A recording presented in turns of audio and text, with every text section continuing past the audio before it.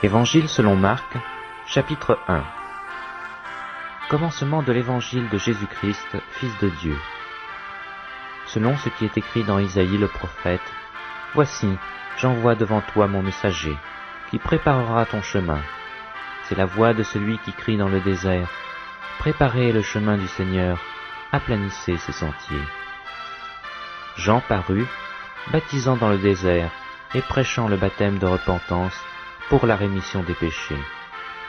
Tout le pays de Judée et tous les habitants de Jérusalem se rendaient auprès de lui, et confessant leurs péchés, ils se faisaient baptiser par lui dans le fleuve du Jourdain. Jean avait un vêtement de poil de chameau et une ceinture de cuir autour des reins. Il se nourrissait de sauterelles et de miel sauvage. Il prêchait, disant, « Il vient après moi celui qui est plus puissant que moi, et je ne suis pas digne de délier en me baissant la courroie de ses souliers. Moi, je vous ai baptisé d'eau, lui, il vous baptisera du Saint-Esprit. » En ce temps-là, Jésus vint de Nazareth en Galilée. Il fut baptisé par Jean dans le Jourdain. Au moment où il sortait de l'eau, il vit les cieux s'ouvrir et l'Esprit descendre sur lui comme une colombe. Et une voix fit entendre des cieux cette parole, « Tu es mon Fils bien-aimé, en toi j'ai mis mon affection. » Aussitôt l'Esprit poussa Jésus dans le désert, où il passa 40 jours, tenté par Satan. Il était avec les bêtes sauvages, et les anges le servaient. Après que Jean eut été livré, Jésus alla dans la Galilée, prêchant l'évangile de Dieu. Il disait, « Le temps est accompli, et le royaume de Dieu est proche. Repentez-vous et croyez à la bonne nouvelle. » Comme il passait le long de la mer de Galilée, il vit Simon et André, frères de Simon, qui jetaient un filet dans la mer, car ils étaient pêcheurs. Jésus leur dit, « Suivez-moi, et je vous ferai pêcheurs d'hommes. » Aussitôt, ils laissèrent leur filet et le suivirent. Étant allé un peu plus loin, il vit Jacques, fils de Zébédée, et Jean son frère, qui eux aussi étaient dans une barque et réparaient les filets. Aussitôt, il les appela, et laissant leur père Zébédée dans la barque avec les ouvriers, ils le suivirent. Ils se rendirent à Capernaum, et le jour du sabbat, Jésus entra dans la synagogue, et il enseigna. Ils étaient frappés de sa doctrine, car il enseignait comme ayant autorité, non pas comme les scribes. Il se trouva dans leur synagogue un homme qui avait un esprit impur, et qui s'écria, « Qu'y a-t-il entre nous et toi, Jésus de Nazareth? Tu es venu pour nous perdre.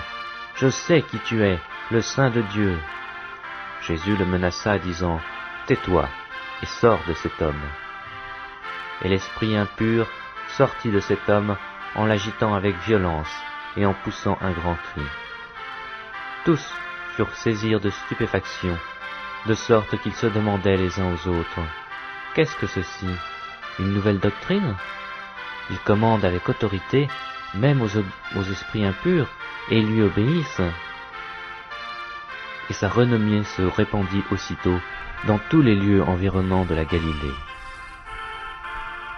En sortant de la synagogue, ils se rendirent avec Jacques et Jean à la maison de Simon et d'André. La belle-mère de Simon était couchée ayant la fièvre, et aussitôt on parla d'elle à Jésus. S'étant approché, il la fit lever en lui prenant la main, et à l'instant la fièvre la quitta, puis elle les servit. Le soir, après le coucher du soleil, on lui amena tous les malades et les démoniaques, et toute la ville était rassemblée devant sa porte. Il guérit beaucoup de gens qui avaient diverses maladies. Il chassa aussi beaucoup de démons, et il ne permettait pas aux démons de parler, parce qu'ils le connaissaient. Vers le matin, pendant qu'il faisait encore très sombre, il se leva et sortit pour aller dans un lieu désert, où il pria. Simon et ceux qui étaient avec lui se mirent à sa recherche. Et quand ils l'eurent trouvé, ils lui dirent, « Tous te cherchent ?» Il leur répondit, « Allons ailleurs, dans les bourgades voisines, afin que j'y prêche aussi, car c'est pour cela que je suis sorti. » Et il alla prêcher dans les synagogues par toute la Galilée, et il chassa les démons. Un lépreux vint à lui, et se jetant à genoux, il lui dit d'un ton suppliant, « Si tu le veux, tu peux me rendre pur. » Jésus, ému de compassion, étendit la main, le toucha et dit, « Je le veux, sois pur. » Aussitôt la lèpre le quitta, et il fut purifié.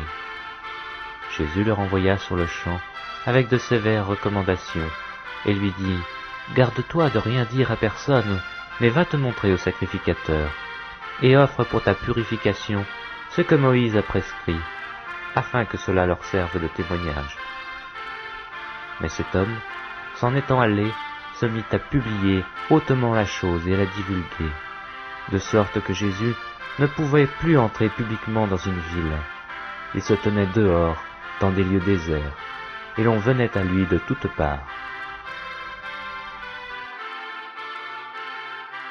Évangile selon Marc, chapitre 2.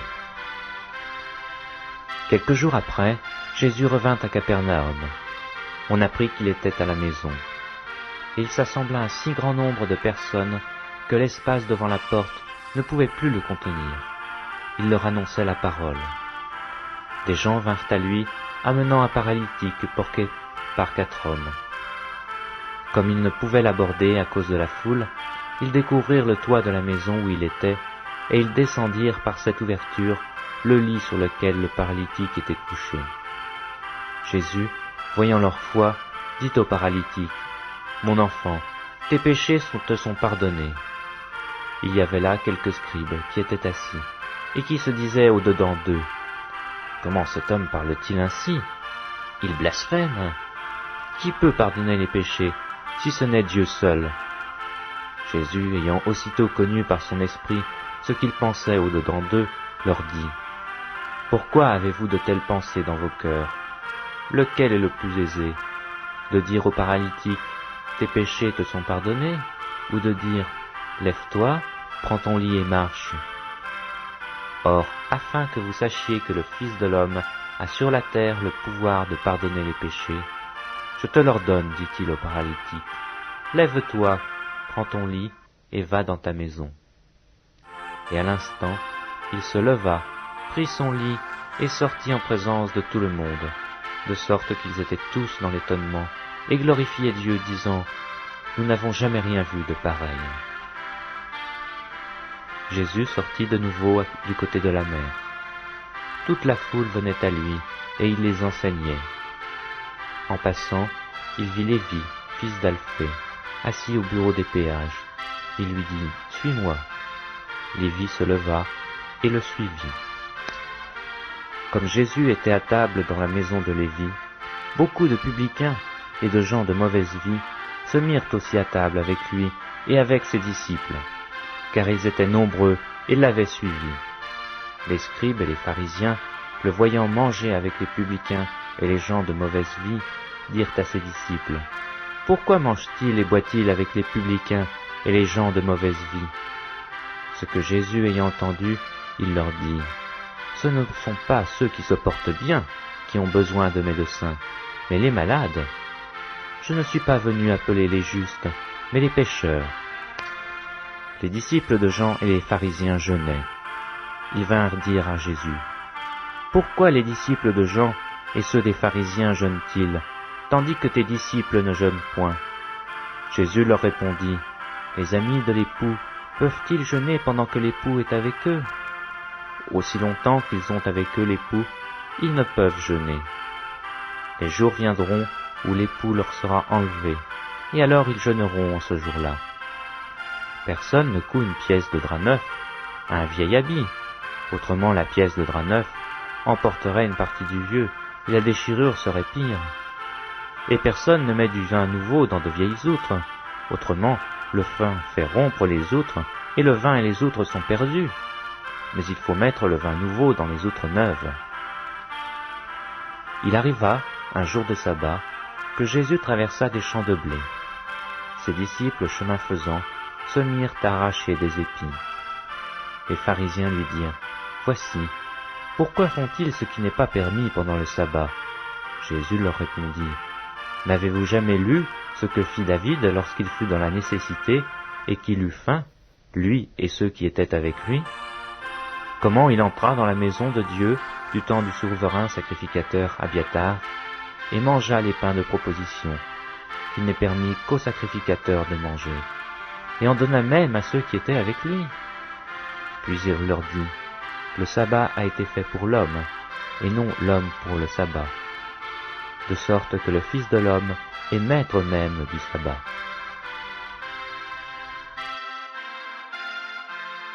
Évangile selon Marc, chapitre 3. Jésus entra de nouveau dans la synagogue. Il s'y trouvait un homme qui avait la main sèche. Ils observaient Jésus pour voir s'il le guérirait le jour du sabbat. C'était afin de pouvoir l'accuser. Et Jésus dit à l'homme qui avait la main sèche, « Lève-toi là au milieu. » Puis il leur dit, « Est-il permis le jour du sabbat de faire du bien ou de faire du mal, de sauver une personne ou de la tuer ?» Mais ils gardèrent le silence. Alors, promenant ses regards sur eux avec indignation, et en même temps affligé de l'endurcissement de leur cœur, il dit à l'homme, « Étends ta main. » Il l'étendit, et ses mains furent guéries. Les pharisiens sortirent, et aussitôt ils se consultèrent avec les Hérodiens sur les moyens de le faire périr. Jésus se retira vers la mer avec ses disciples. Une grande multitude le suivit de la Galilée, et de la Judée, et de Jérusalem, et de l'Idumée, et d'au-delà du Jourdain, et des environs de Tyr et de Sidon. Une grande multitude, apprenant tout ce qu'il faisait, vint à lui. Il chargea ses disciples de tenir toujours à sa disposition une petite barque, afin de ne pas être pressés par la foule. Car comme il guérissait beaucoup de gens, tous ceux qui avaient des maladies se jetaient sur lui pour le toucher. Les esprits impurs, quand ils le voyaient, se prosternaient devant lui et s'écriaient « Tu es le Fils de Dieu !» Mais il leur recommandait très sévèrement de ne pas le faire connaître. Il monta ensuite sur la montagne. Il appela ceux qu'il voulut, et ils vinrent auprès de lui. Il en établit 12, pour les avoir avec lui, et pour les envoyer prêcher avec le pouvoir de chasser les démons. Voici les 12 qu'il établit. Simon, qu'il nomma Pierre, Jacques, fils de Zébédée, et Jean, frère de Jacques, auquel il donna le nom de Boanerges, qui signifie fils du tonnerre, André, Philippe, Barthélemy, Matthieu, Thomas, Jacques, fils d'Alphée, Thaddée, Simon le Cananite, et Judas Iscariote, celui qui livra Jésus. Ils se rendirent à la maison, et la foule s'assembla de nouveau, en sorte qu'ils ne pouvaient pas même prendre leur repas. Les parents de Jésus, ayant appris ce qui se passait, vinrent pour se saisir de lui, car ils disaient « Il est hors de sens ». Et les scribes, qui étaient descendus de Jérusalem, dirent « Il est possédé de Belzéboul. C'est par le prince des démons qu'il chasse les démons. » Jésus les appela et leur dit sous forme de parabole « Comment Satan peut-il chasser Satan? Si un royaume est divisé contre lui-même, ce royaume ne peut subsister. Et si une maison est divisée contre elle-même, cette maison ne peut subsister. Si donc Satan se révolte contre lui-même, il est divisé, et il ne peut subsister, mais c'est en fait de lui. Personne ne peut entrer dans la maison d'un homme fort et piller ses biens sans avoir auparavant lié cet homme fort. Alors il pillera sa maison. Je vous le dis en vérité, tous les péchés seront pardonnés aux fils des hommes, et les blasphèmes qu'ils auront proférés. Mais quiconque blasphémera contre le Saint-Esprit n'obtiendra jamais de pardon. Il est coupable d'un péché éternel. Jésus parla ainsi parce qu'il disait « Il est possédé d'un esprit impur ». Survinrent sa mère et ses frères, qui se tenant dehors l'envoyèrent appeler. La foule était assise autour de lui, et on lui dit « Voici, ta mère et tes frères sont dehors et te demandent. » Et il répondit « Qui est ma mère et qui sont mes frères ?» Puis jetant les regards sur ceux qui étaient assis tout autour de lui, « Voici, dit-il, ma mère et mes frères. Car quiconque fait la volonté de Dieu, celui-là est mon frère, ma sœur et ma mère. » Évangile selon Marc, chapitre 4. Jésus se mit de nouveau à enseigner au bord de la mer. Une grande foule s'étant assemblée auprès de lui, il monta et s'assit dans une barque sur la mer. Toute la foule était à terre sur le rivage. Il leur enseigna beaucoup de choses en paraboles, et il leur dit dans son enseignement, « Écoutez, un semeur sortit pour semer. Comme il semait, une partie de la semence tomba le long du chemin. Les oiseaux vinrent et la mangèrent. Une autre partie tomba dans un endroit pierreux, où elle n'avait pas beaucoup de terre. Elle leva aussitôt, parce qu'elle ne trouva pas un sol profond. Mais quand le soleil parut, elle fut brûlée et sécha, faute de racines. Une autre partie tomba parmi les épines. Les épines montèrent et l'étouffèrent, et elle ne donna point de fruits. Une autre partie tomba dans la bonne terre. Elle donna du fruit qui montait et croissait. Et elle rapporta 30, 60 et 100 pour un. Puis il dit, que celui qui a des oreilles pour entendre, entende. Lorsqu'il fut en particulier, ceux qui l'entourèrent avec les 12 l'interrogèrent sur les paraboles.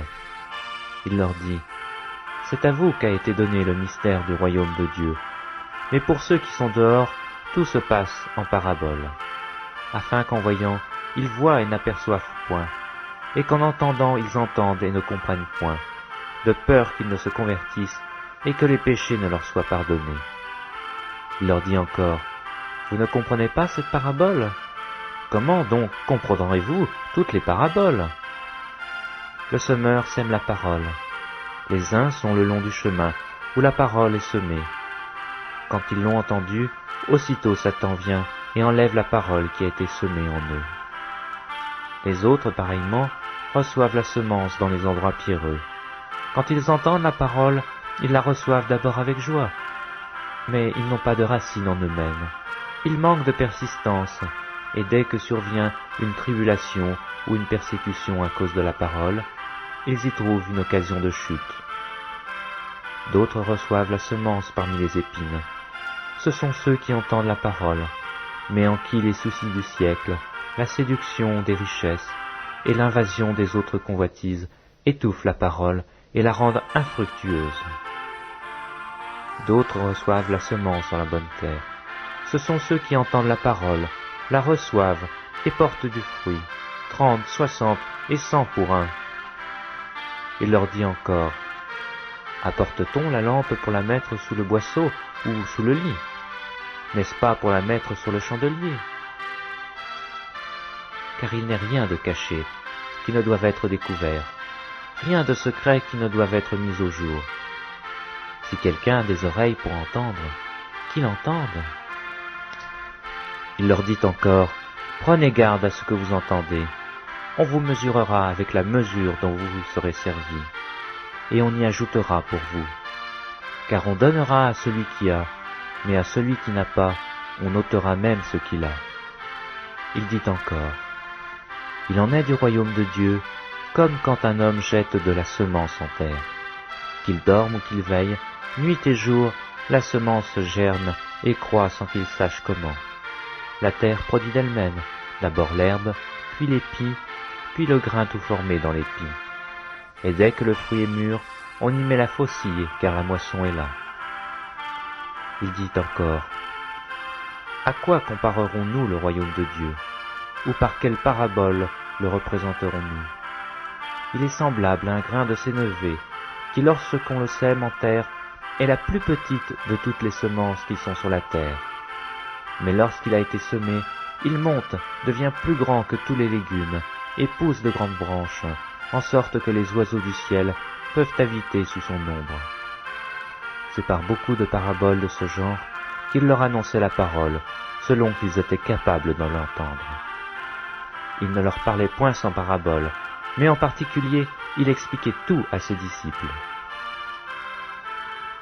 Ce même jour, sur le soir, Jésus leur dit, « Passons à l'autre bord. » Après avoir envoyé la foule, ils l'emmenèrent dans la barque où il se trouvait.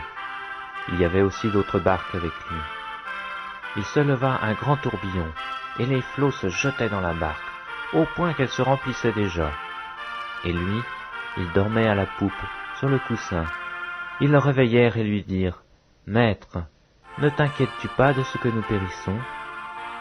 S'étant réveillé, il menaça le vent et dit à la mer, « Silence, tais-toi !» Et le vent cessa, et il y eut un grand calme. Puis il leur dit, « Pourquoi avez-vous ainsi peur? Comment n'avez-vous point de foi ?» Ils furent saisis d'une grande frayeur, et ils se dirent les uns aux autres, « Quel est donc celui-ci, à qui obéissent même le vent et la mer ?» Évangile selon Marc, chapitre 5. Ils arrivèrent à l'autre bord de la mer, dans le pays des Gadaréniens. Aussitôt que Jésus fut hors de la barque, il vint au-devant de lui un homme sortant des sépulcres et possédé d'un esprit impur. Cet homme avait sa demeure dans les sépulcres, et personne ne pouvait plus le lier, même avec une chaîne. Car souvent il avait eu les fers aux pieds et avait été lié de chaînes, mais il avait rompu les chaînes et brisé les fers, et personne n'avait la force de le dompter. Il était sans cesse, nuit et jour, dans les sépulcres et sur les montagnes, criant et se meurtrissant avec des pierres. Ayant vu Jésus de loin, il accourut et se prosterna devant lui, et s'écria d'une voix forte, « Qu'y a-t-il entre toi et moi, Jésus, fils du Dieu Très-Haut? Je t'en conjure, au nom de Dieu, ne me tourmente pas. » Car Jésus lui disait, « Sors de cet homme, esprit impur. » Et lui demanda, « Quel est ton nom ?» ?»« Légion est mon nom, lui répondit-il, car nous sommes plusieurs. » Et il le priait instamment de ne pas les envoyer hors du pays. Il y avait là vers la montagne un grand troupeau de pourceaux qui paissaient, et les démons le prièrent, disant, « Envoie-nous dans ces pourceaux, afin que nous entrions en eux. » Il le leur permit. Et les esprits impurs sortirent, entrèrent dans les pourceaux, et le troupeau se précipita des pentes escarpées dans la mer. Il y en avait environ 2000, et ils se noyèrent dans la mer. Ceux qui les faisaient paître s'enfuirent, et répandirent la nouvelle dans la ville et dans les campagnes. Les gens allaient voir ce qui était arrivé. Ils vinrent auprès de Jésus, et ils virent le démoniaque, celui qui avait eu la légion, assis, vêtu, et dans son bon sens, et ils furent saisis de frayeur. Ceux qui avaient vu ce qui s'était passé leur racontèrent ce qui était arrivé au démoniaque et au pourceau. Alors ils se mirent à supplier Jésus de quitter leur territoire. Comme il montait dans la barque, celui qui avait été démoniaque lui demanda la permission de rester avec lui. Jésus ne lui permit pas, mais il lui dit, « Va dans ta maison, vers les tiens, et raconte-leur tout ce que le Seigneur t'a fait, et comment il a eu pitié de toi. » Il s'en alla et se mit à publier dans la Décapole tout ce que Jésus avait fait pour lui, et tous furent dans l'étonnement. Jésus, dans la barque, regagna l'autre rive, où une grande foule s'assembla près de lui. Il était au bord de la mer. Alors vint un des chefs de la synagogue, nommé Jaïrus, qui, l'ayant aperçu, se jeta à ses pieds, et lui adressa cette instante prière. « Ma petite fille est à l'extrémité. Viens, impose-lui les mains, afin qu'elle soit sauvée et qu'elle vive. » Jésus s'en alla avec lui, et une grande foule le suivait et le pressait. Or il y avait une femme atteinte d'une perte de sang depuis 12 ans. Elle avait beaucoup souffert entre les mains de plusieurs médecins. Elle avait dépensé tout ce qu'elle possédait, et elle n'avait éprouvé aucun soulagement, mais était allée plutôt en empirant. Ayant entendu parler de Jésus, elle vint dans la foule par derrière et toucha son vêtement, car elle disait, « Si je puis seulement toucher ses vêtements, je serai guérie. » Au même instant, la perte de sang s'arrêta, et elle sentit dans son cœur qu'elle était guérie de son mal. Jésus connut aussitôt en lui-même qu'une force était sortie de lui. Et se retournant au milieu de la foule, il dit, « Qui a touché mes vêtements ?» Ses disciples lui dirent, « Tu vois la foule qui te presse, et tu dis, qui m'a touché ?» Et il regardait autour de lui pour voir celle qui avait fait cela. La femme, effrayée et tremblante, sachant ce qui s'était passé en elle, vint se jeter à ses pieds et lui dit toute la vérité. Mais Jésus lui dit, « Ma fille, ta foi t'a sauvée, va en paix et sois guérie de ton mal. » Comme il parlait encore, survinrent de chez le chef de la synagogue des gens qui dirent « Ta fille est morte, pourquoi importuner davantage le maître ?» Mais Jésus, sans tenir compte de ces paroles, dit au chef de la synagogue « Ne crains pas, crois seulement. » Et il ne permit à personne de l'accompagner, si ce n'est à Pierre, à Jacques et à Jean, le frère de Jacques. Ils arrivèrent à la maison du chef de la synagogue, où Jésus vit une grande foule bruyante, et des gens qui pleuraient et poussaient de grands cris. Il entra et leur dit « Pourquoi faites-vous du bruit, et pourquoi pleurez-vous? L'enfant n'est pas morte, mais elle dort. » Et il se moquait de lui. Alors, ayant fait sortir tout le monde, il prit avec lui le père et la mère de l'enfant, et ceux qui l'avaient accompagné, et il entra là où était l'enfant.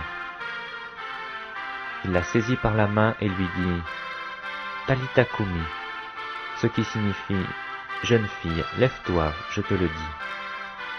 Aussitôt la jeune fille se leva et se mit à marcher, car elle avait 12 ans. Et ils furent dans un grand étonnement.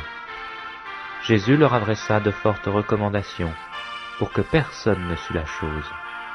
Et il dit qu'on donna à manger à la jeune fille.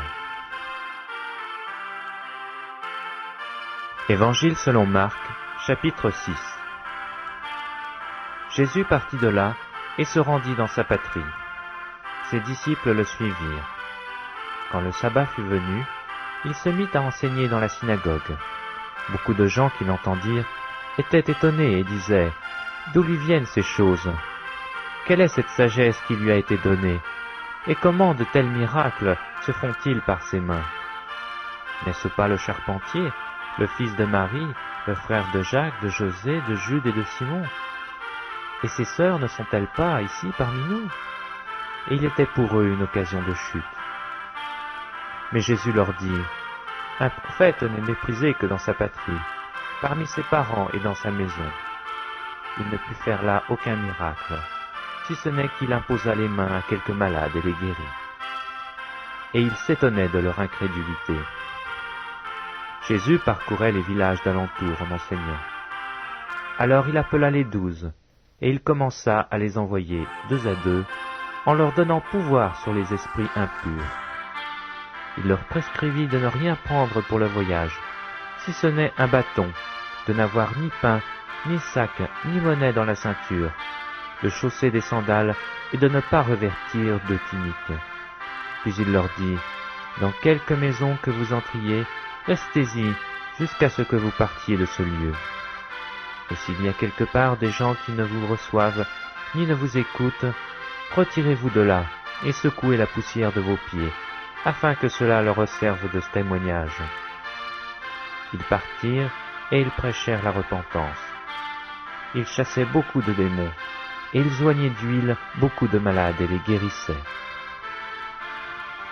Le roi Hérode entendit parler de Jésus, dont le nom était devenu célèbre, et il dit « Jean-Baptiste est ressuscité des morts, et c'est pour cela qu'il se fait par lui des miracles. » D'autres disaient « C'est Élie », et d'autres disaient « C'est un prophète, comme l'un des prophètes. » Mais Hérode, en apprenant cela, disait « C'est Jean, que j'ai fait décapiter.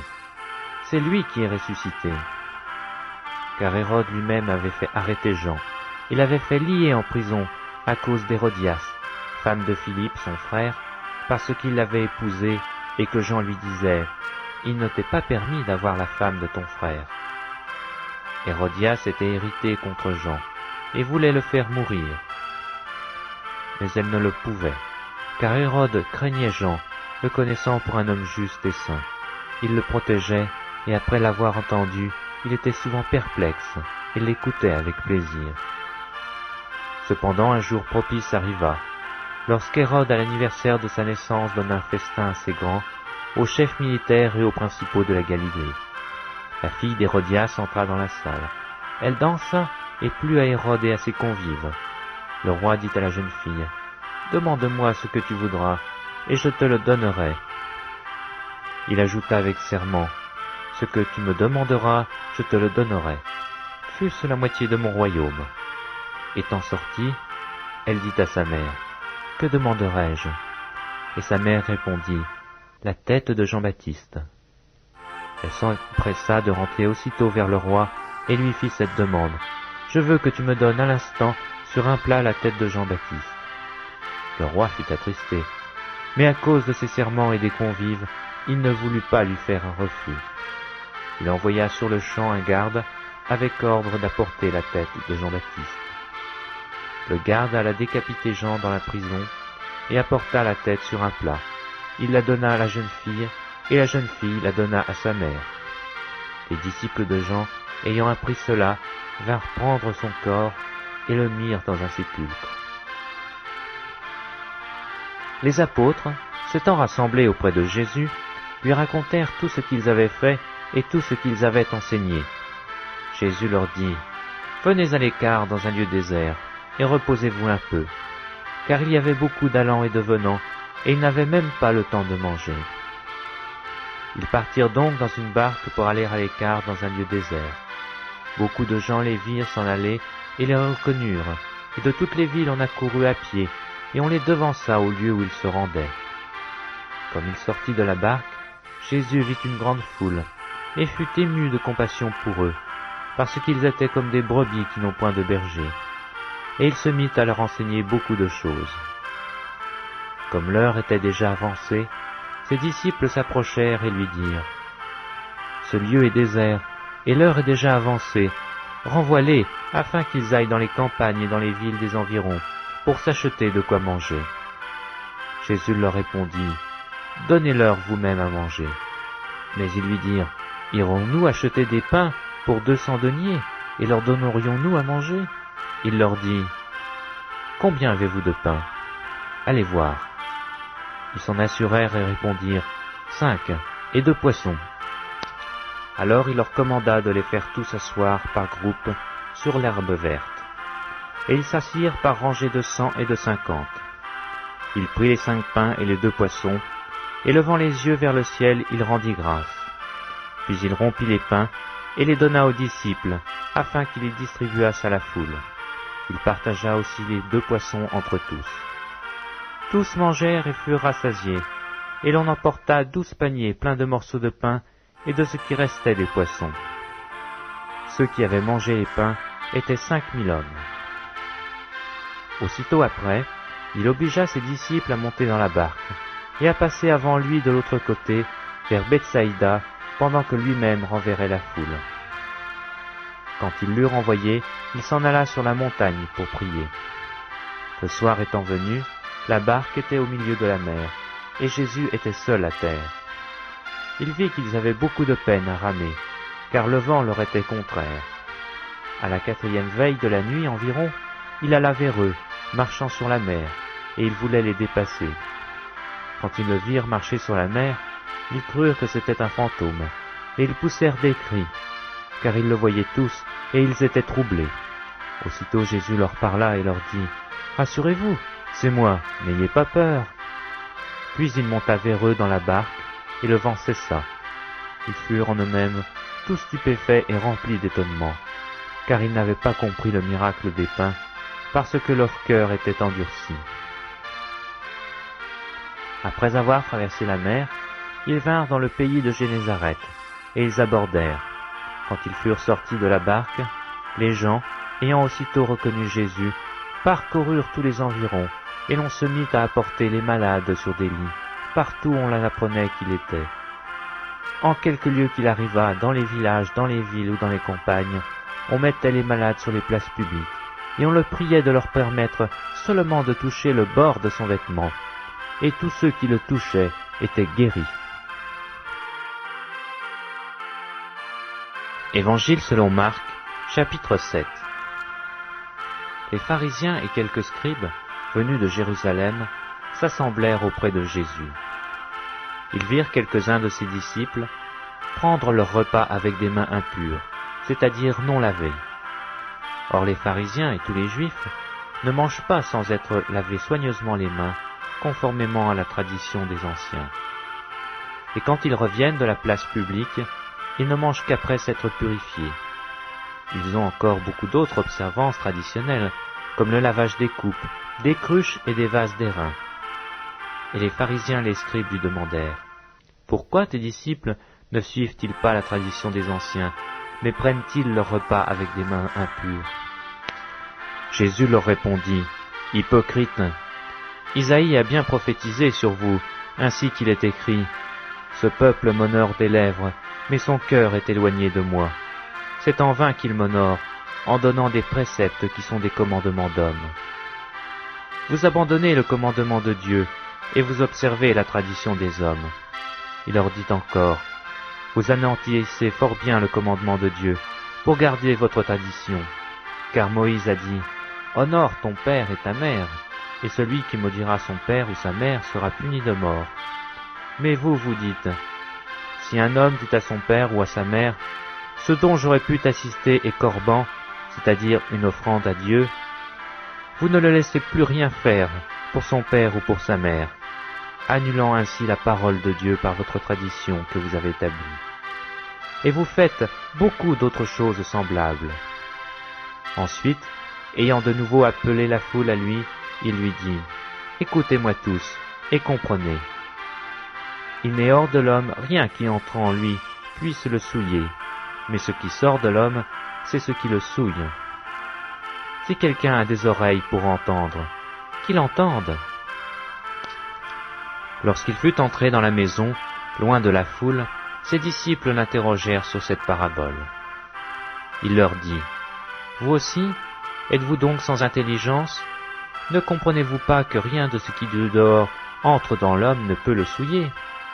Car cela n'entre pas dans son cœur, mais dans son ventre, puis s'en va dans les lieux secrets qui purifient tous les aliments. » Il dit encore, « Ce qui sort de l'homme, c'est ce qui souille l'homme.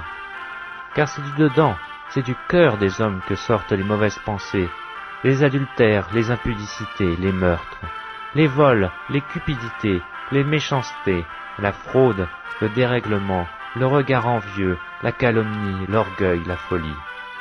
Toutes ces choses mauvaises sortent du dedans et souillent l'homme. »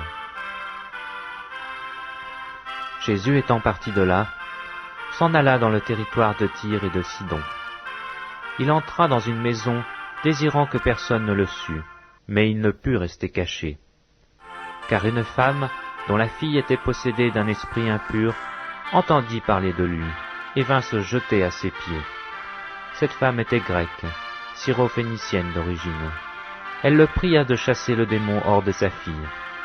Jésus lui dit, « Laisse d'abord les enfants se rassasier, car il n'est pas bien de prendre le pain des enfants et de le jeter aux petits chiens. » « Oui, Seigneur, lui répondit-elle, mais les petits chiens sous la table mangent les miettes des enfants. » Alors il lui dit, « À cause de cette parole, va, le démon est sorti de ta fille. » Et quand elle entra dans sa maison, elle trouva l'enfant couché sur le lit, le démon étant sorti.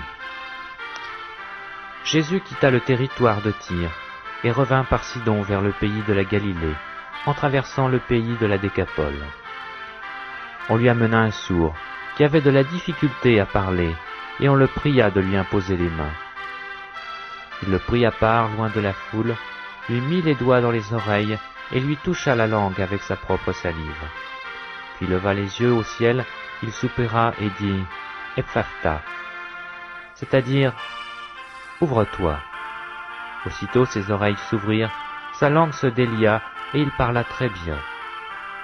Jésus leur recommanda de n'en parler à personne, mais plus il leur recommanda, plus ils le publièrent.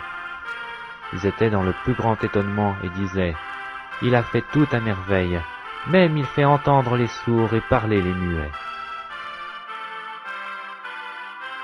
Évangile selon Marc, chapitre 8. En ces jours-là, une foule nombreuse s'étant de nouveau réunie, et n'ayant pas de quoi manger, Jésus appela les disciples et leur dit, « Je suis ému de compassion pour cette foule, car voilà 3 jours qu'ils sont près de moi, et ils n'ont rien à manger. Si je les renvoie chez eux à jeun, les forces leur manqueront en chemin, car quelques-uns d'entre eux sont venus de loin. » Ses disciples lui répondirent, « Comment pourrait-on les rassasier de pain ici dans un lieu désert ?» Jésus leur demanda, « Combien avez-vous de pain ?» 7, répondirent-ils. Alors il fit asseoir la foule par terre, prit les 7 pains, et après avoir rendu grâce, il les rompit, et les donna à ses disciples pour les distribuer. Et ils les distribuèrent à la foule. Ils avaient encore quelques petits poissons, et Jésus ayant rendu grâce, les fit aussi distribuer. Ils mangèrent et furent rassasiés, et l'on emporta 7 corbeilles pleines des morceaux qui restaient. Ils étaient environ 4000. Ensuite, Jésus les renvoya. Aussitôt, il monta dans la barque avec ses disciples, et se rendit dans la contrée de Dalmanuta. Les pharisiens survinrent et se mirent à discuter avec Jésus, et pour l'éprouver, lui demandèrent un signe venant du ciel. Jésus, soupirant profondément en son esprit, dit : « Pourquoi cette génération demande-t-elle un signe ? Je vous le dis en vérité, il ne sera point donné de signe à cette génération. » Puis il les quitta et remonta dans la barque pour passer à l'autre bord. Les disciples avaient oublié de prendre des pains. Il n'en avait qu'un seul avec eux dans la barque. Jésus leur fit cette recommandation : « Gardez-vous avec soin du levain des pharisiens et du levain d'Hérode. » Les disciples raisonnaient entre eux et disaient : « C'est parce que nous n'avons pas de pain. » Jésus, l'ayant connu, leur dit : « Pourquoi raisonnez-vous sur ce que vous n'avez pas de pain ? Êtes-vous encore sans intelligence et ne comprenez-vous pas ? Avez-vous le cœur endurci ? Ayant des yeux, vous ne voyez pas. Ayant des oreilles, n'entendez-vous pas ? Et n'avez-vous point de mémoire ? Quand j'ai rompu les 5 pains pour les 5000 hommes, combien de paniers pleins de morceaux avez-vous emporté ? 12, lui répondirent-ils. Et quand j'ai rompu les 7 pains pour les 4000 hommes, combien de corbeilles pleines de morceaux avez-vous emporté ? 7, répondirent-ils. Et il leur dit : Ne comprenez-vous pas encore ? Ils se rendirent à Bethsaïda, et on amena vers Jésus un aveugle, qu'on le pria de toucher. Il prit l'aveugle par la main et le conduisit hors du village. Puis il lui mit de la salive sur les yeux, lui imposa les mains et lui demanda s'il voyait quelque chose. Il regarda et dit : « J'aperçois les hommes, mais j'en vois comme des arbres et qui marchent. » Jésus lui mit de nouveau les mains sur les yeux, et quand l'aveugle regarda fixement, il fut guéri et vit tout distinctement. Alors Jésus le renvoya dans sa maison en disant : « N'entre pas au village. » Jésus s'en alla avec ses disciples dans les villages de Césarée de Philippe, et il leur fit en chemin cette question : « Qui dit-on que je suis ?» Ils répondirent : « Jean-Baptiste, les autres Élie, les autres l'un des prophètes. » Et vous, leur demanda-t-il, qui dites-vous que je suis ? Pierre lui répondit : Tu es le Christ.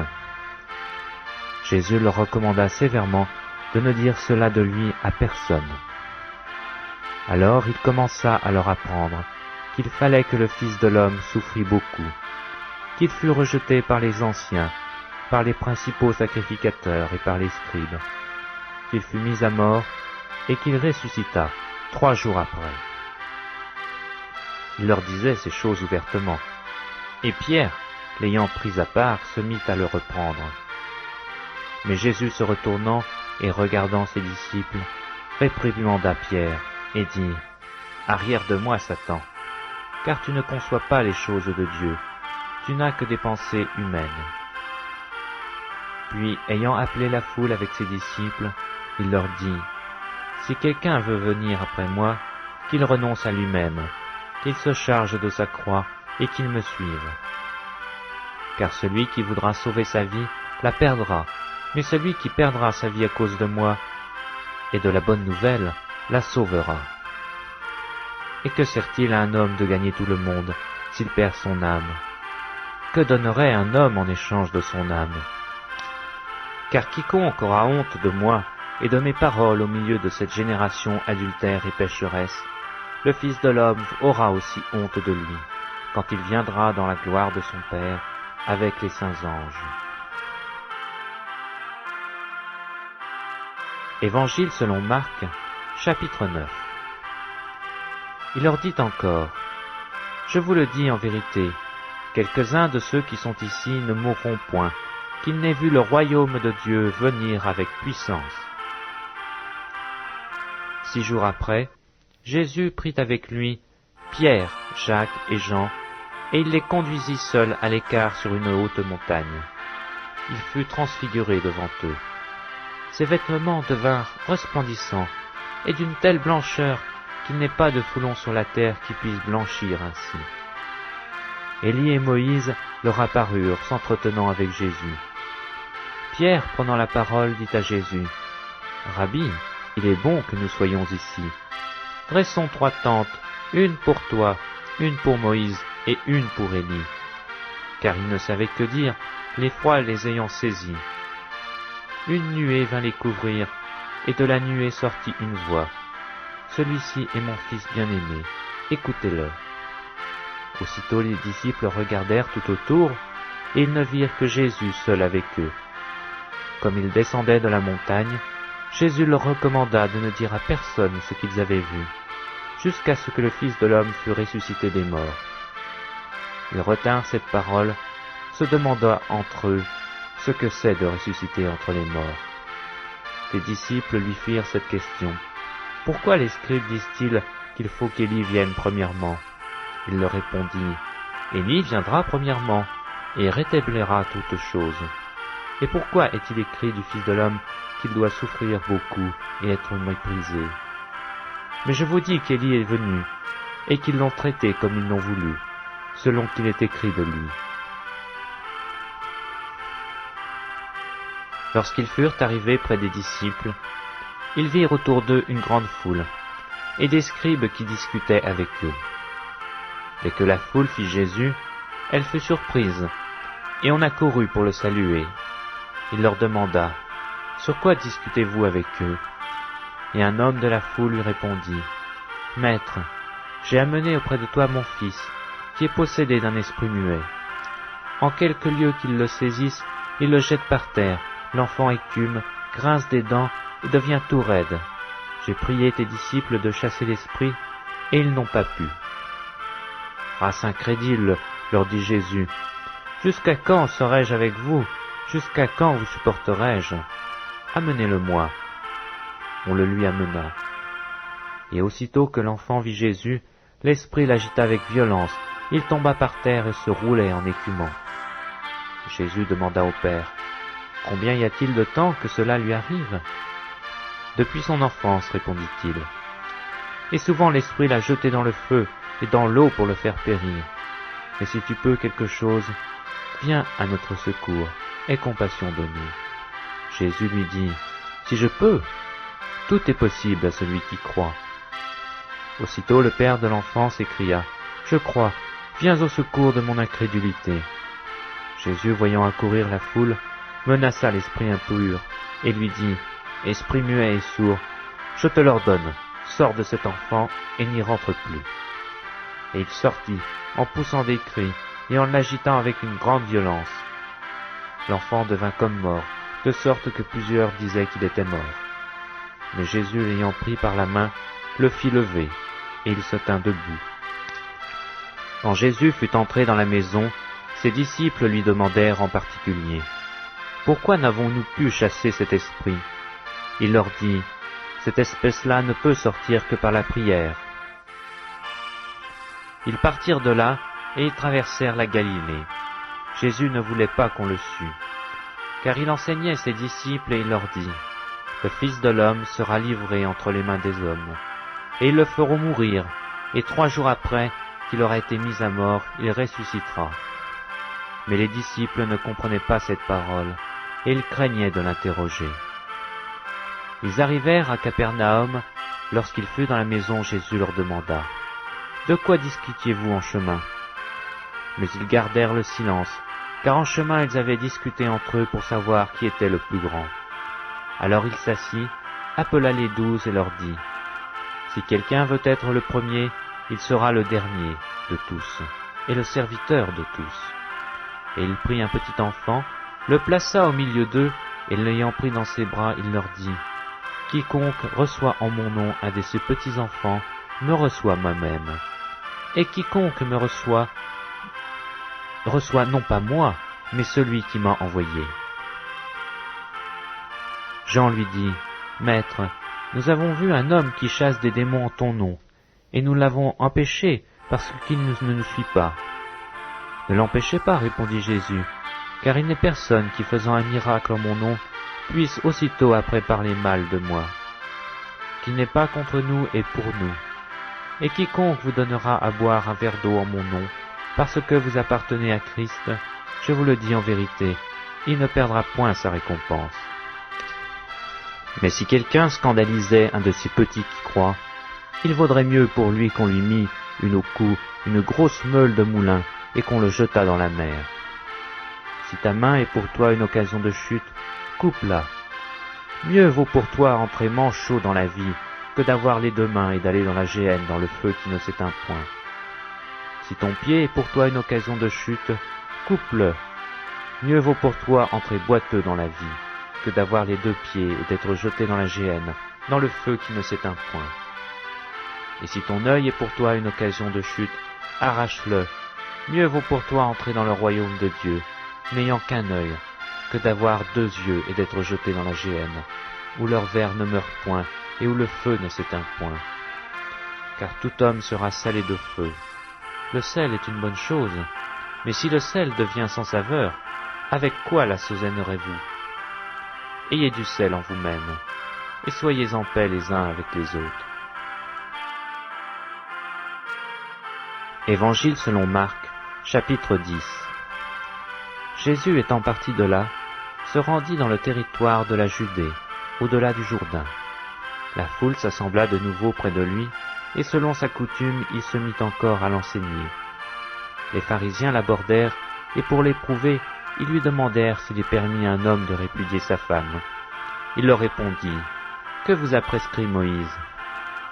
Moïse, dirent-ils, a permis d'écrire une lettre de divorce et de répudier. Et Jésus leur dit, « C'est à cause de la dureté de votre cœur que Moïse vous a donné ce précepte. Mais au commencement de la création, Dieu fit l'homme et la femme. C'est pourquoi l'homme quittera son père et sa mère, et s'attachera à sa femme, et les deux deviendront une seule chair. Ainsi ils ne seront plus deux, mais ils sont une seule chair. Que l'homme donc ne sépare pas ce que Dieu a joint. » Lorsqu'ils furent dans la maison, les disciples l'interrogèrent encore là-dessus. Il le dit, « Celui qui répudie sa femme et qui en épouse une autre commet un adultère à son égard. Et si une femme quitte son mari et en épouse un autre, elle commet un adultère. » On lui amena des petits enfants, afin qu'il les touchât. Mais les disciples reprirent ceux qui les amenaient. Jésus, voyant cela, fut indigné, et leur dit, « Laissez venir à moi les petits enfants, et ne les empêchez pas, car le royaume de Dieu est pour ceux qui leur ressemblent.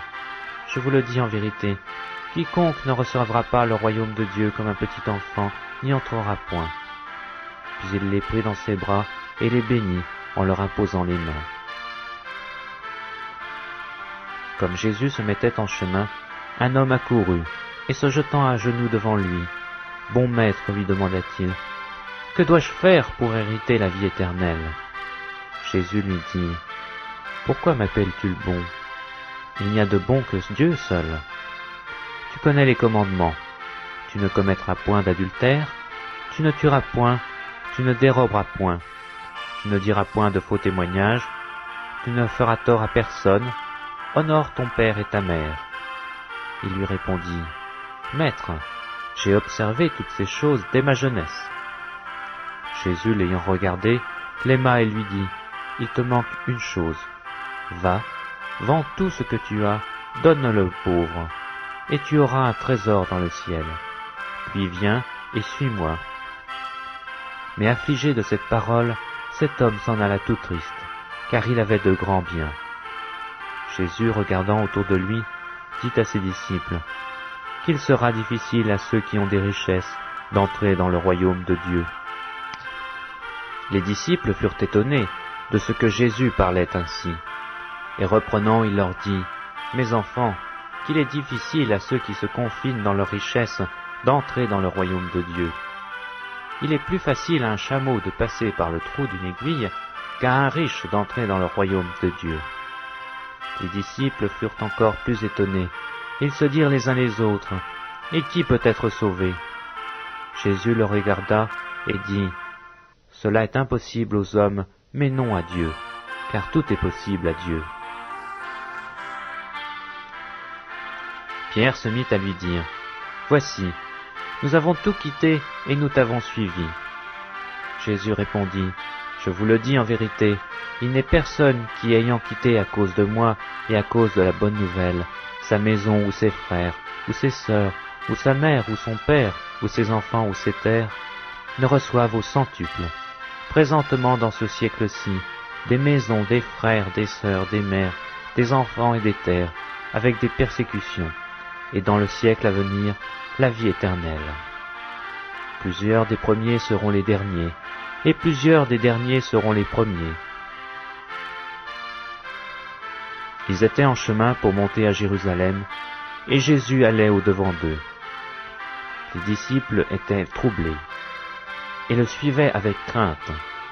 Et Jésus prit de nouveau les 12 auprès de lui, et commença à leur dire ce qui devait lui arriver. « Voici, nous montons à Jérusalem, et le Fils de l'homme sera livré aux principaux sacrificateurs et aux scribes. Ils le condamneront à mort, et ils le livreront aux païens, qui se moqueront de lui, cracheront sur lui, le battront de verges et le feront mourir, et 3 jours après, il ressuscitera. » Les fils de Zébédée, Jacques et Jean, s'approchèrent de Jésus et lui dirent, « Maître, nous voudrions que tu fisses pour nous ce que nous te demanderons. » Il leur dit, « Que voulez-vous que je fasse pour vous ? » « Accorde-nous, lui dirent-ils, d'être assis l'un à ta droite et l'autre à ta gauche, quand tu seras dans ta gloire. » Jésus leur répondit, « Vous ne savez ce que vous me demandez. Pouvez-vous boire la coupe que je dois boire, ou être baptisé du baptême dont je dois être baptisé ? » Nous le pouvons, dirent-ils. Et Jésus leur répondit, « Il est vrai que vous boirez la coupe que je dois boire, et que vous serez baptisés du baptême dont je dois être baptisé. Mais pour ce qui est d'être assis à ma droite ou à ma gauche, cela ne dépend pas de moi, mais ne sera donné qu'à ceux à qui cela est réservé. » Les 10, ayant entendu cela, commencèrent à s'indigner contre Jacques et Jean. Jésus les appela et leur dit, « Vous savez que ceux qu'on regarde comme les chefs des nations les tyrannisent et que les grands les dominent. Il n'en est pas de même au milieu de vous. Mais quiconque veut être grand parmi vous, qu'il soit votre serviteur. Et quiconque veut être le premier parmi vous, qu'il soit l'esclave de tous. Car le Fils de l'homme est venu, non pour être servi, mais pour servir, et donner sa vie comme la rançon de plusieurs. »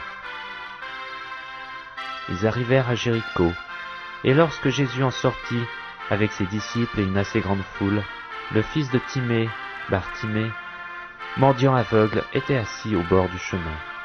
Il entendit que c'était Jésus de Nazareth, et il se mit à crier, « Fils de David, Jésus, aie pitié de moi !» Plusieurs le reprenaient pour le faire taire, mais il criait beaucoup plus fort, « Fils de David, aie pitié de moi !» Jésus s'arrêta et dit, « Appelez-le. » Ils appelèrent l'aveugle en lui disant, « Prends courage, lève-toi, il t'appelle. » L'aveugle jeta son manteau et se leva d'un bond, vint vers Jésus. Jésus, prenant la parole, lui dit, « Que veux-tu que je fasse ? » « Rabouni, lui répond l'aveugle, « que je recouvre la vue. » Et Jésus lui dit, « Va, ta foi t'a sauvé. » Aussitôt il recouvra la vue et suivit Jésus dans le chemin. Évangile selon Marc, chapitre 11.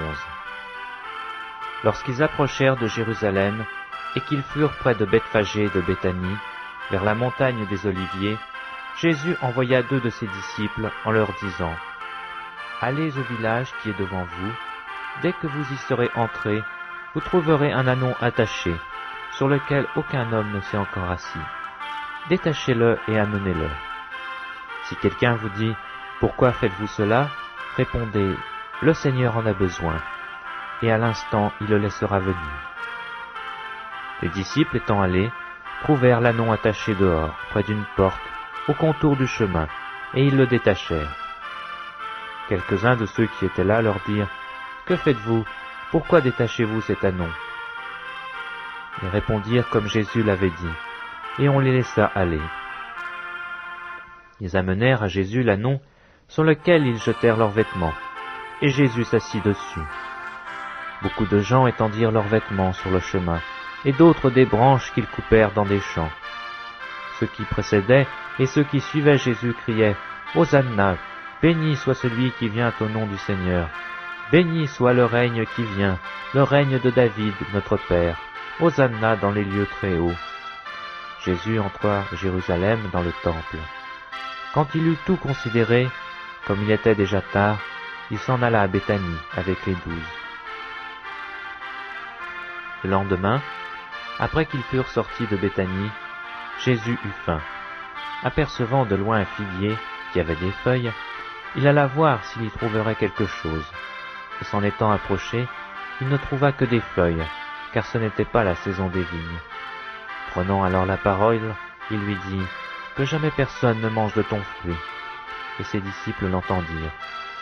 Ils arrivèrent à Jérusalem, et Jésus entra dans le temple. Il se mit à chasser ceux qui vendaient et qui achetaient dans le temple. Il renversa les tables des changeurs et les sièges des vendeurs de pigeons. Et il ne leur laissait personne transporter aucun objet à travers le temple.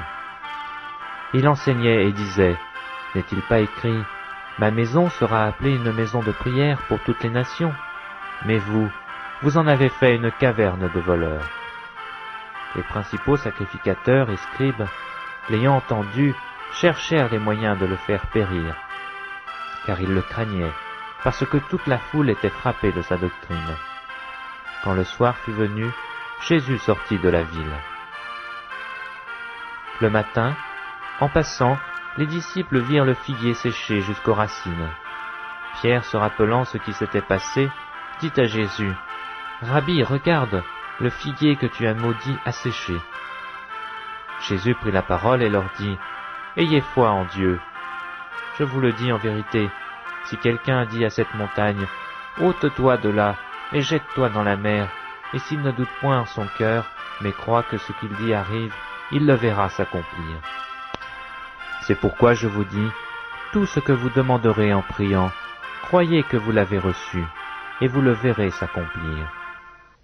Et lorsque vous êtes debout, faisant votre prière, si vous avez quelque chose contre quelqu'un, pardonnez, afin que votre Père qui est dans les cieux vous pardonne aussi vos offenses. Mais si vous ne pardonnez pas, votre Père qui est dans les cieux ne vous pardonnera pas non plus vos offenses. Ils se rendirent de nouveau à Jérusalem, et pendant que Jésus se promenait dans le temple, les principaux sacrificateurs, les scribes et les anciens vinrent à lui et lui dirent, « Par quelle autorité fais-tu ces choses? Et qui t'a donné l'autorité de les faire ?» Jésus leur répondit, « Je vous adresserai aussi une question. Répondez-moi, et je vous dirai par quelle autorité je fais ces choses. Le baptême de Jean, venait-il du ciel ou des hommes?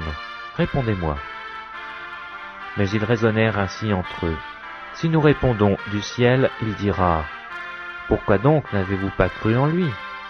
Et si nous répondons des hommes, ils craignaient le peuple, car tous tenaient réellement Jean pour un prophète.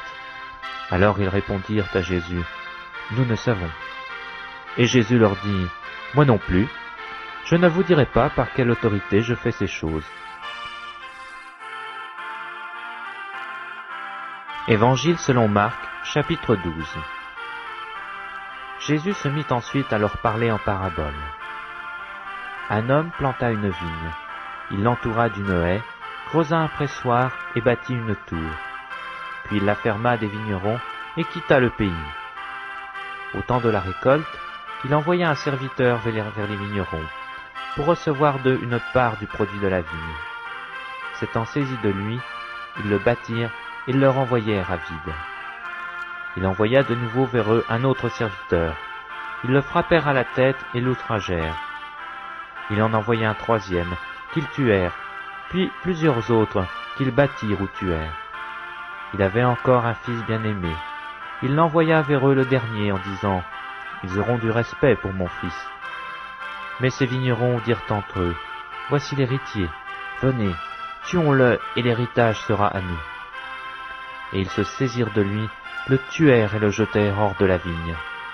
Maintenant, que fera le maître de la vigne? Il viendra, fera périr les vignerons, et il donnera la vigne à d'autres. N'avez-vous pas lu cette parole de l'Écriture? La pierre qu'ont rejetée ceux qui bâtissaient est devenue la principale de l'angle. C'est par la volonté du Seigneur qu'elle l'est devenue, et c'est un prodige à nos yeux. Ils cherchaient à se saisir de lui, mais ils craignaient la foule. Ils avaient compris que c'était pour eux que Jésus avait dit cette parabole, et ils le quittèrent et s'en allèrent. Ils envoyèrent auprès de Jésus quelques-uns des pharisiens et des hérodiens, afin de le surprendre par ses propres paroles. Et ils vinrent lui dire, « Maître, nous savons que tu es vrai et que tu ne t'inquiètes de personne, car tu ne regardes pas à l'apparence des hommes, mais tu enseignes la voie de Dieu selon la vérité. Est-il permis ou non de payer le tribut à César? Devons-nous payer ou ne pas payer ?» Jésus, connaissant leur hypocrisie, leur répondit, « Pourquoi me tentez-vous? Apportez-moi un denier, afin que je le voie. » Ils en apportèrent un, et Jésus leur demanda, « De qui sont cette effigie et cette inscription ?» « De César, lui répondirent-ils. Alors il leur dit, « Rendez à César ce qui est à César, et à Dieu ce qui est à Dieu. » Et ils furent à son égard dans l'étonnement. Les Sadducéens, qui disent qu'il n'y a point de résurrection, vinrent auprès de Jésus et lui firent cette question. « Maître, voici ce que Moïse nous a prescrit. Si le frère de quelqu'un meurt et laisse une femme sans avoir d'enfant, son frère épousera sa veuve et suscitera une postérité à son frère. Or, il y avait 7 frères. Le premier se maria et mourut sans laisser de postérité. Le second prit la veuve pour femme et mourut sans laisser de postérité. Il en fut de même du troisième, et aucun des 7 ne laissa de postérité. Après eux tous, la femme mourut aussi. À la résurrection, duquel d'entre eux sera-t-elle la femme?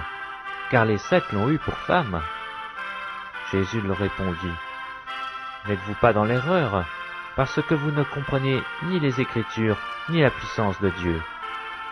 Car la résurrection des morts, les hommes ne prendront point de femmes, ni les femmes de mari, mais ils seront comme les anges dans les cieux. Pour ce qui est de la résurrection des morts, n'avez-vous pas lu dans le livre de Moïse ce que Dieu lui dit à propos du buisson? Je suis le Dieu d'Abraham, le Dieu d'Isaac, le Dieu de Jacob. Dieu n'est pas le Dieu des morts, mais des vivants. Vous êtes grandement dans l'erreur. » Un des scribes, qui les avait entendus discuter, sachant que Jésus avait bien répondu aux Sadducéens, s'approcha et lui demanda, « Quel est le premier de tous les commandements ?» Jésus répondit, « Voici le premier. Écoute Israël, le Seigneur notre Dieu est l'unique Seigneur. Et tu aimeras le Seigneur ton Dieu de tout ton cœur, de toute ton âme, de toute ta pensée et de toute ta force. Voici le second. Tu aimeras ton prochain comme toi-même.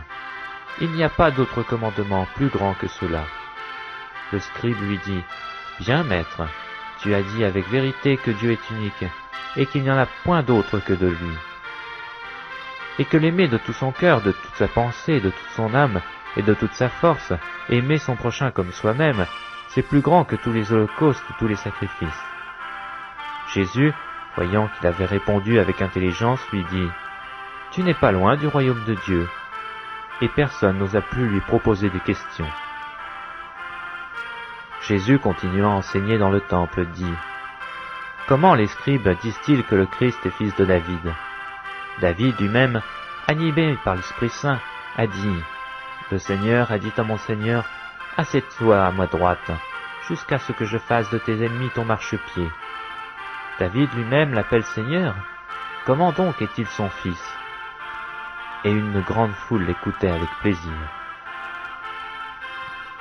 Il leur disait dans son enseignement, « Gardez-vous des scribes qui aiment à se promener en robe longue et à être salués dans les places publiques, qui recherchent les premiers sièges dans les synagogues et les premières places dans les festins, qui dévorent les maisons des veuves et qui font pour l'apparence de longues prières. Ils seront jugés plus sévèrement. » Jésus s'étant assis vis-à-vis du tronc, regardait comment la foule y mettait de l'argent, Plusieurs riches mettaient beaucoup. Il vint aussi une pauvre veuve, et elle y mit 2 piécettes, faisant 1/4 de sou. Alors Jésus, ayant appelé ses disciples, leur dit, « Je vous le dis en vérité, cette pauvre veuve a donné plus qu'aucun de ceux qui ont mis dans le tronc. Car tous ont mis de leur superflu, mais elle a mis de son nécessaire. Tout ce qu'elle possédait, tout ce qu'elle avait pour vivre. »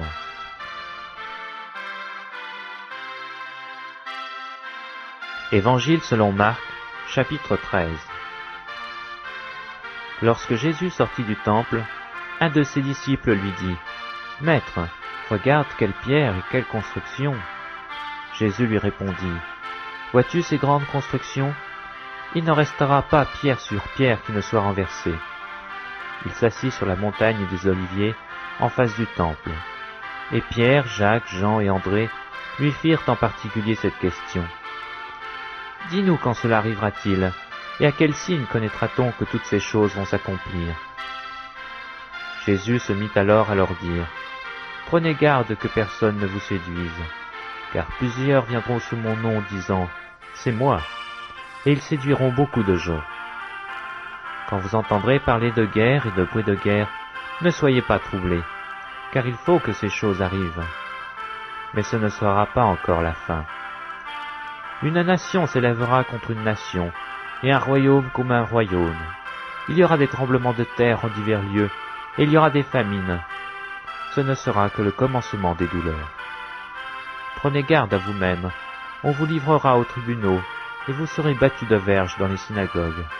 Vous comparaîtrez devant les gouverneurs et devant les rois à cause de moi, pour leur servir de témoignage. Il faut premièrement que la bonne nouvelle soit prêchée à toutes les nations. Quand on vous emmènera pour vous livrer, ne vous inquiétez pas d'avance de ce que vous aurez à dire, mais dites ce qui vous sera donné à l'heure même. Car ce n'est pas vous qui parlerez, mais l'Esprit Saint. Le frère livrera son frère à la mort, et le père son enfant, et les enfants se soulèveront contre leurs parents, et les feront mourir. Vous serez haïs de tous, à cause de mon nom, mais celui qui persévérera jusqu'à la fin sera sauvé. Lorsque vous verrez l'abomination de la désolation, établie là où elle ne doit pas être, alors que celui qui nie fasse attention, que ceux qui sont en Judée fuient dans les montagnes, que celui qui sera sur le toit ne descende pas et n'entre pas pour prendre quelque chose dans sa maison, et que celui qui sera dans les champs ne retourne pas en arrière pour prendre son manteau. Malheur aux femmes qui seront enceintes et à celles qui allaiteront ce jour-là. Priez pour que ces choses n'arrivent pas en hiver, car la détresse en ces jours sera telle qu'il n'y en a point eu de semblable depuis le commencement du monde que Dieu a créé jusqu'à présent, et il n'y en aura jamais. Et si le Seigneur n'avait abrégé ces jours, personne ne serait sauvé, mais il les a abrégés à cause des élus qu'il a choisis. Si quelqu'un vous dit alors, le Christ est ici, ou il est là, ne le croyez pas. Car il s'élèvera de faux Christ et de faux prophètes. Ils feront des prodiges et des miracles pour séduire les élus s'il était possible. Soyez sur vos gardes, je vous ai tout annoncé d'avance. Mais dans ces jours, après cette détresse, le soleil s'obscurcira, la lune ne donnera plus sa lumière, les étoiles tomberont du ciel, et les puissances qui sont dans les cieux seront ébranlées. Alors on verra le Fils de l'homme, venant sur les nuées avec une grande puissance et une gloire. Alors il enverra les anges, et il rassemblera les élus des 4 vents, de l'extrémité de la terre jusqu'à l'extrémité du ciel. Instruisez-vous par une comparaison tirée du figuier. Dès que ses branches deviennent tendres et que les feuilles poussent, vous connaissez que l'été est proche.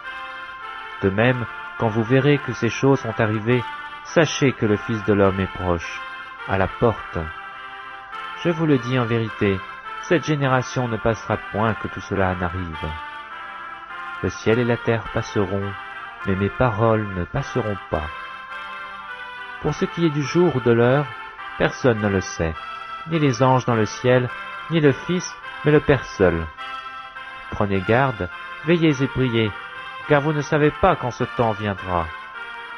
Il en sera comme d'un homme qui, partant pour un voyage, laisse sa maison, remet l'autorité à ses serviteurs, indique à chacun sa tâche, et ordonne au portier de veiller. Veillez donc, car vous ne savez quand viendra le maître de la maison, ou le soir, ou au milieu de la nuit, ou au chant du coq, ou le matin. Craignez qu'il ne vous trouve endormi à son arrivée soudaine. Ce que je vous dis, je le dis à tous. Veillez. Évangile selon Marc, chapitre 14. La fête de Pâques et des pains sans levain devait avoir lieu 2 jours après. Les principaux sacrificateurs et les scribes cherchaient les moyens d'arrêter Jésus par ruse et de le faire mourir, car ils disaient que ce ne soit pas pendant la fête, afin qu'il n'y ait pas de tumulte parmi le peuple. Comme Jésus était à Béthanie, dans la maison de Simon le lépreux, une femme entra pendant qu'il se trouvait à table. Elle tenait un vase d'albâtre, qui renfermait un parfum de nard pur de grand prix, et ayant rompu le vase, elle répandit le parfum sur la tête de Jésus. Quelques-uns exprimèrent entre eux leur indignation. « À quoi bon perdre ce parfum? On aurait pu le vendre plus de 300 deniers et les donner aux pauvres. » Et ils s'irritaient contre cette femme. Mais Jésus dit, « Laissez-la. Pourquoi lui faites-vous de la peine? Elle a fait une bonne action à mon égard. Car vous avez toujours les pauvres avec vous, et vous pouvez leur faire du bien quand vous le voulez. Mais vous ne m'avez pas toujours. Elle a fait ce qu'elle a pu. Elle a d'avance embaumé mon cœur pour la sépulture. Je vous le dis en vérité, partout où la bonne nouvelle sera prêchée dans le monde entier, on racontera aussi en mémoire de cette femme ce qu'elle a fait. » Judas Iscariote, un des 12, alla vers les principaux sacrificateurs afin de leur livrer Jésus. Après l'avoir entendu, ils furent dans la joie et promirent de lui donner de l'argent. Et Judas cherchait une occasion favorable pour le livrer. Le premier jour des pains sans levain, où l'on immolait la Pâque, les disciples de Jésus lui dirent « Où veux-tu que nous allions te préparer la Pâque ?» Et il envoya 2 de ses disciples et leur dit « Allez à la ville, vous rencontrerez un homme portant une cruche d'eau, suivez-le. Quelque part qu'il entre, dites au maître de maison. Le maître dit, où est le lieu où je mangerai la Pâque avec mes disciples? Et il vous montrera une grande chambre haute, meublée et toute prête. C'est là que vous nous préparerez la Pâque. Les disciples partirent, arrivèrent à la ville et trouvèrent les choses comme il leur avait dit, et ils préparèrent la Pâque. Le soir étant venu, il arriva avec les 12. Pendant qu'ils étaient à table et qu'ils mangeaient, Jésus dit, « Je vous le dis en vérité, l'un de vous qui mange avec moi me livrera. » Ils commencèrent à s'attrister et à lui dire l'un après l'autre, « Est-ce moi ?» Il leur répondit, « C'est l'un des 12 qui met avec moi la main dans le plat. » Le Fils de l'homme s'en va selon ce qui est écrit de lui, mais malheur à l'homme par qui le Fils de l'homme est livré. Mieux vaudrait pour cet homme qu'il ne fût pas né. Pendant qu'il mangeait, Jésus prit du pain, et après avoir rendu grâce, il le rompit, et le leur donna en disant, « Prenez, ceci est mon corps. » Il prit ensuite une coupe, et après avoir rendu grâce, il la leur donna, et ils en burent tous. Et il leur dit, « Ceci est mon sang, le sang de l'alliance qui est répandu pour plusieurs. Je vous le dis en vérité, je ne boirai plus du fruit de la vigne jusqu'au jour où je le boirai nouveau dans le royaume de Dieu. » Après avoir chanté les cantiques, ils se rendirent à la montagne des Oliviers. Jésus leur dit, « Vous serez tous scandalisés, car il est écrit, « Je frapperai le berger, et les brebis seront dispersées. » Mais après que je serai ressuscité, je vous précéderai en Galilée.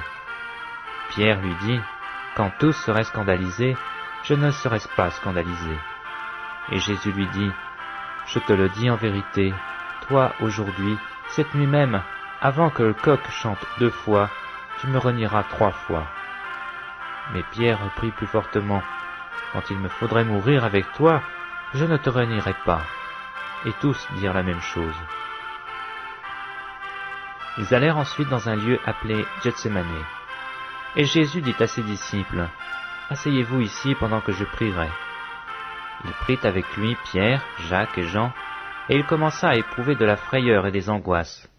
Il leur dit, « Mon âme est triste jusqu'à la mort, restez ici et veillez. » Puis ayant fait quelques pas en avant, il se jeta contre terre et pria que, s'il était possible, cette heure s'éloignât de lui. Il disait, « Abba, Père, toutes choses te sont possibles, éloigne de moi cette coupe. Toutefois, non pas ce que je veux, mais ce que tu veux. » Et il vint vers les disciples qu'il trouva endormis, et il dit à Pierre, « Simon, tu dors? Tu n'as pu veiller 1 heure. Veillez et priez, afin que vous ne tombiez pas en tentation. L'esprit est bien disposé, mais la chair est faible. » Il s'éloigna de nouveau et fit la même prière. Il revint et les trouva encore endormis, car leurs yeux étaient appesantis. Ils ne surent que lui répondre. Il revint pour la 3e fois et leur dit, « Dormez maintenant et reposez-vous. C'est assez, l'heure est venue.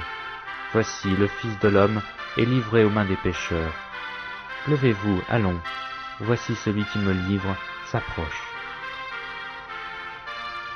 Et aussitôt comme il parlait encore, arriva Judas, l'un des 12, et avec lui une foule armée d'épées et de bâtons, envoyés par les principaux sacrificateurs, par les scribes et par les anciens. Celui qui le livrait leur avait donné ce signe, « Celui que je baiserai, c'est lui, saisissez-le et emmenez-le sûrement. » Dès qu'il fut arrivé, il s'approcha de Jésus disant, « Rabbi », et il le baisa.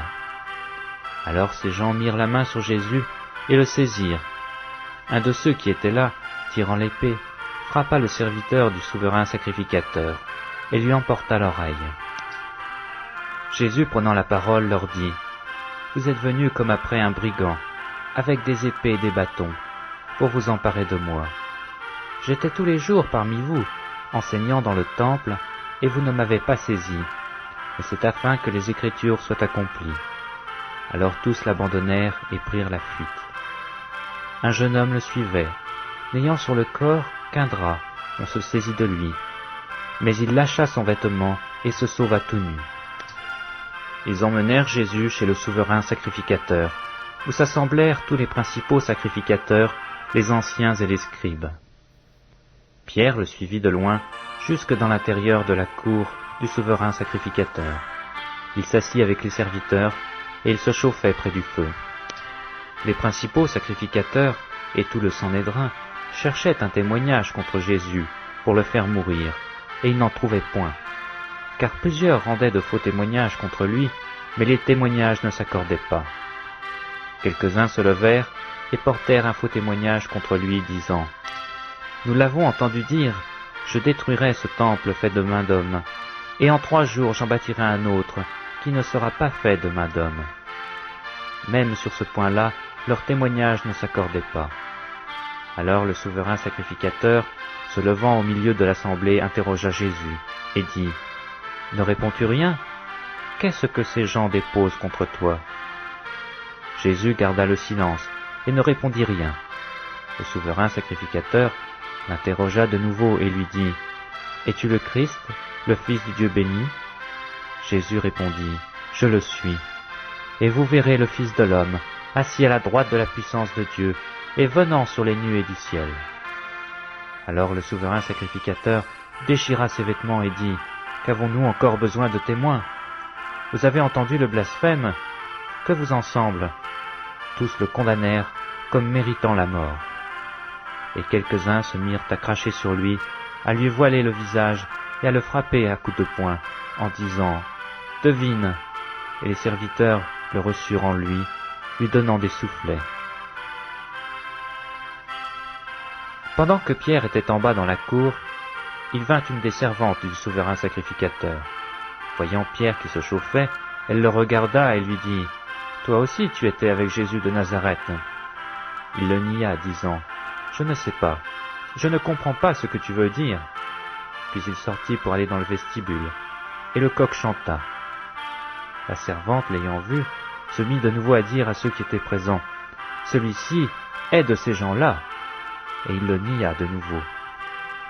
Peu après, ceux qui étaient présents dirent encore à Pierre, « Certainement, tu es de ces gens-là, car tu es galiléen. » Alors il commença à faire des imprécations et à jurer.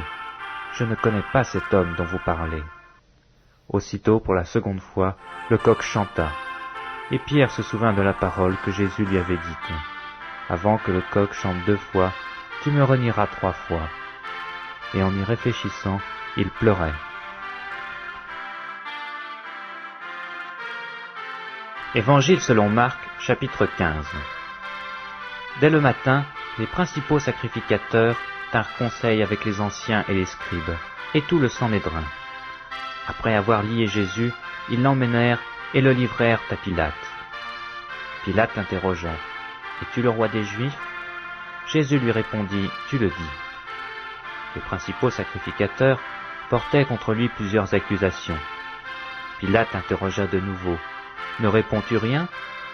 Vois de combien de choses il t'accuse. » Et Jésus ne fit plus aucune réponse, ce qui étonna Pilate. À chaque fête, il relâchait un prisonnier, celui que demandait la foule. Il y avait en prison un nommé Barabbas, avec ses complices, pour un meurtre qu'il avait commis dans une sédition. La foule étant montée, se mit à demander ce qu'il avait coutume de leur accorder. Pilate leur répondit, « Voulez-vous que je relâche le roi des Juifs ?» Car il savait que c'était par envie que les principaux sacrificateurs l'avaient livré. Mais les chefs des sacrificateurs excitèrent la foule, afin que Pilate leur relâchât plutôt Barabbas. Pilate, reprenant la parole, leur dit, « Que voulez-vous donc que je fasse de celui que vous appelez le roi des Juifs ?» Ils crièrent de nouveau, « Crucifie-le » Pilate leur dit, « Quel mal a-t-il fait ?» Et ils crièrent encore plus fort, « Crucifie-le » Pilate, voulant satisfaire la foule, leur relâcha Barabbas, et après avoir fait battre de verges Jésus, il le livra pour être crucifié. Les soldats conduisirent Jésus dans l'intérieur de la cour, c'est-à-dire dans le prétoire, où ils s'assemblèrent toute la cohorte. Ils le revêtirent de pourpre, et posèrent sur sa tête une couronne d'épines qu'ils avaient tressée. Puis ils se mirent à le saluer. « Salut, roi des Juifs !» Et ils lui frappaient la tête avec un roseau, crachaient sur lui, et fléchissant les genoux, ils se prosternaient devant lui. Après s'être ainsi moqués de lui, ils lui ôtèrent la pourpre, lui remirent ses vêtements, et l'emmenèrent pour le crucifier. Ils forcèrent à porter la croix de Jésus un passant qui revenait des champs, Simon de Cyrène, père d'Alexandre et de Rufus. Et ils conduisirent Jésus au lieu nommé Golgotha, ce qui signifie lieu du crâne. Ils lui donnèrent à boire du vin mêlé de myrrhe, mais il ne le prit pas. Ils le crucifièrent et se partagèrent ses vêtements en tirant au sort pour savoir ce que chacun aurait. C'était la 3e heure quand ils le crucifièrent. L'inscription indiquant le sujet de sa condamnation portait ces mots, « Le roi des Juifs ». Ils crucifièrent avec lui 2 brigands, l'un à sa droite et l'autre à sa gauche. Ainsi fut accompli ce que dit l'Écriture, il a été mis au nombre des malfaiteurs. Les passants l'injuriaient et secouaient la tête en disant, « Hé, toi qui détruis le temple et qui le rebâtis en 3 jours, sauve-toi toi-même en descendant de la croix. » Les principaux sacrificateurs aussi, avec les scribes, se moquaient entre eux et disaient, « Il a sauvé les autres, et il ne peut se sauver lui-même. Que le Christ, le roi d'Israël, descende maintenant de la croix, afin que nous voyions et que nous croyions. » Ceux qui étaient crucifiés avec lui l'insultaient aussi. La 6e heure étant venue, il y eut des ténèbres sur toute la terre jusqu'à la 9e heure. Et à la 9e heure, Jésus s'écria d'une voix forte, « Eloi, Eloi, lama sabachthani » ce qui veut dire, « Mon Dieu, pourquoi m'as-tu abandonné ?» Quelques-uns de ceux qui étaient là l'ayant entendu dire, « Voici, il appelle Élie. » Et l'un d'eux courut remplir une éponge de vinaigre, et l'ayant fixé à un roseau, il lui donna à boire, en disant, « Laissez. Voyons si Élie viendra le descendre. » Mais Jésus, ayant poussé un grand cri, expira. Le voile du temple se déchira en 2, depuis le haut jusqu'en bas. Le centenier qui était en face de Jésus, voyant qu'il avait expiré de la sorte, dit, « Assurément, cet homme était fils de Dieu. » Il y avait aussi des femmes qui regardaient de loin. Parmi elles était Marie de Magdala, Marie, mère de Jacques le mineur, et de José et Salomé. Qui le suivaient le servaient lorsqu'il était en Galilée, et plusieurs autres qui étaient montés avec lui à Jérusalem. Le soir étant venu, comme c'était la préparation, c'est-à-dire la veille du sabbat, arriva Joseph d'Arimathée, conseiller de distinction, qui lui-même attendait aussi le royaume de Dieu. Il osa se rendre vers Pilate pour demander le corps de Jésus. Pilate s'étonna qu'il fût mort si tôt, fit venir le centenier et lui demanda s'il était mort depuis longtemps. S'en étant assuré par le centenier, il donna le corps à Joseph. Et Joseph, ayant acheté un linceul, descendit Jésus de la croix, l'enveloppa du linceul, et le déposa dans un sépulcre, taillé dans le roc. Puis il roula une pierre à l'entrée du sépulcre. Marie de Magdala et Marie, mère de José, regardaient où on le mettait. Évangile selon Marc, chapitre 16. Lorsque le sabbat fut passé, Marie de Magdala, Marie mère de Jacques et Salomé achetèrent des aromates afin d'aller embaumer Jésus. Le premier jour de la semaine, elles se rendirent au sépulcre de grand matin, comme le soleil venait de se lever. Elles disaient entre elles, « Qui nous roulera la pierre loin de l'entrée du sépulcre ?» Et levant les yeux, elles aperçurent que la pierre, qui était très grande, avait été roulée. Elles entrèrent dans le sépulcre, virent un jeune homme assis à droite, vêtu d'une robe blanche, et elles furent épouvantées. Il leur dit, « Ne vous épouvantez pas, vous cherchez Jésus de Nazareth, qui a été crucifié. Il est ressuscité, il n'est point ici. Voici le lieu où on l'avait mis. Mais allez dire à ses disciples et à Pierre qu'il vous précède en Galilée. C'est là que vous le verrez, comme il vous l'a dit. » Elles sortirent du sépulcre et s'enfuirent. La peur et le trouble les avaient saisies, et elles ne dirent rien à personne à cause de leur effroi. Jésus, étant ressuscité le matin du premier jour de la semaine, apparut d'abord à Marie de Magdala, de laquelle il avait chassé 7 démons. Elle alla emporter la nouvelle à ceux qui avaient été avec lui, et qui s'affligeaient et pleuraient. Quand ils entendirent qu'il vivait et qu'elle l'avait vu, ils ne le crurent point. Après cela, il apparut sous une autre forme, à 2 d'entre eux qui étaient en chemin pour aller à la campagne. Ils revinrent annoncer aux autres qui ne le crurent pas non plus. Enfin, il apparut aux 11, pendant qu'ils étaient à table. Il leur reprocha leur incrédulité et la dureté de leur cœur, parce qu'ils n'avaient pas cru ceux qui l'avaient vu ressusciter. Puis il leur dit, « Allez par tout le monde, et prêchez la bonne nouvelle à toute la création. Celui qui croira et qui sera baptisé sera sauvé, mais celui qui ne croira pas sera condamné. Voici les miracles qui accompagneront ceux qui auront cru. En mon nom, ils chasseront les démons, ils parleront de nouvelles langues, ils saisiront des serpents, s'ils boivent quelque breuvage mortel, il ne leur fera point de mal. Ils imposeront les mains aux malades, et les malades seront guéris. » Le Seigneur, après leur avoir parlé, fut enlevé au ciel, et il s'assit à la droite de Dieu. Et ils s'en allèrent prêcher partout. Le Seigneur travaillait avec eux, et confirmait la parole par les miracles qui l'accompagnaient.